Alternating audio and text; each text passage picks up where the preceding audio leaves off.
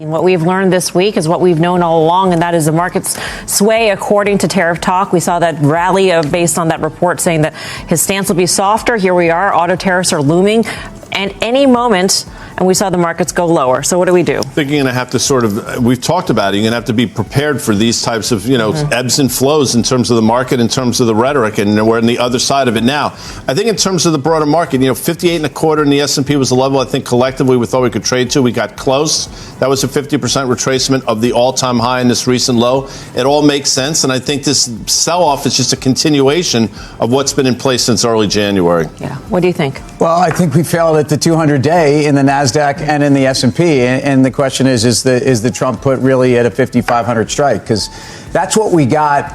It's a day. We also got comments from the Fed just kind of implying that maybe tariff impact isn't just temporary. And I think that would be more a reference to the inflationary side. But we've heard auto executives, for weeks now, and certainly in the last week. And there was apparently a Zoom that went on, or a video conference of some kind. And the point was that we don't necessarily need this. The White House is saying that this is aimed at inspiring and spurring domestic growth. And yet when you're talking about the numbers we're getting through on what this means in terms of the kick higher in auto prices, and there's numbers out, and we don't really know where they are because we don't really know what the tariffs are yet. But the reality is that it's something that the industry isn't necessarily rooting for, even though imports, which are finished good cars, not auto parts, et cetera, are something that conceivably they could be targeting. Well, it's coming at a bad time, right, for the auto industry, if you just think about it, right? And, GM, Ford, and, rest of Detroit, and then you go over to Tesla. You probably thought that I was going to avoid that. I mean, this is actually really bad for Tesla. When you think about the kind of price war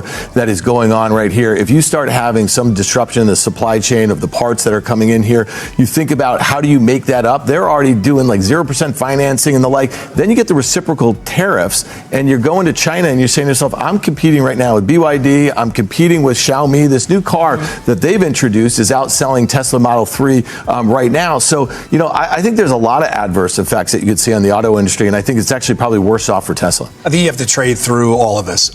You almost have to not listen to it, because there's a lot of stuff that is, I would say, algorithmic trading or tape reading trading. Mm-hmm. So if you think about it, didn't they have to deal with mandates, EV mandates, emissions? How much was that? 3,000, 8,000 per car that they had to add? So this is probably the equivalent of 3,000 to 5,000 in tariffs.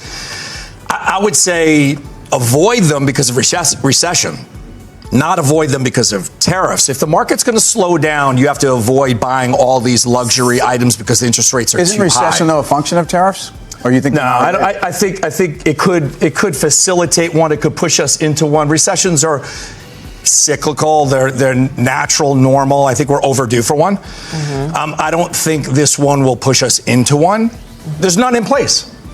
So if you think about it, let's see what they are first before we react to them. So to Guy's point where he kicked it off, it's got to be like a NASCAR. You drive to the accident. You don't try to avoid the accident, right? Because it's not there when you get there. So if we're investing, trying to avoid a tariff, and it never comes to play, then you've actually chased your own tail in this market. That was seen in Days of Thunder when Cole Trickle, he had to drive right at the accident. And remember, Robert Duvall said, "You're going to make it through, drive through it." You say you remember as if I watched that.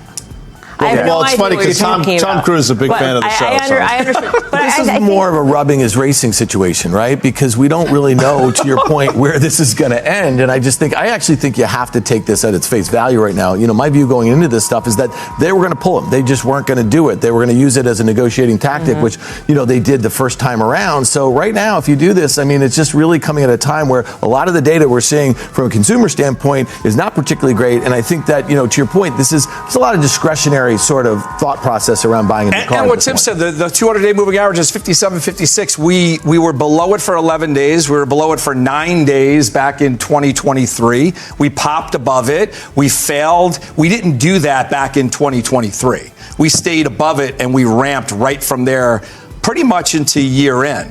So if you have to look at the technicals, 57, 56 in the S&P cash is what we need to reclaim in order for the rally to be back on.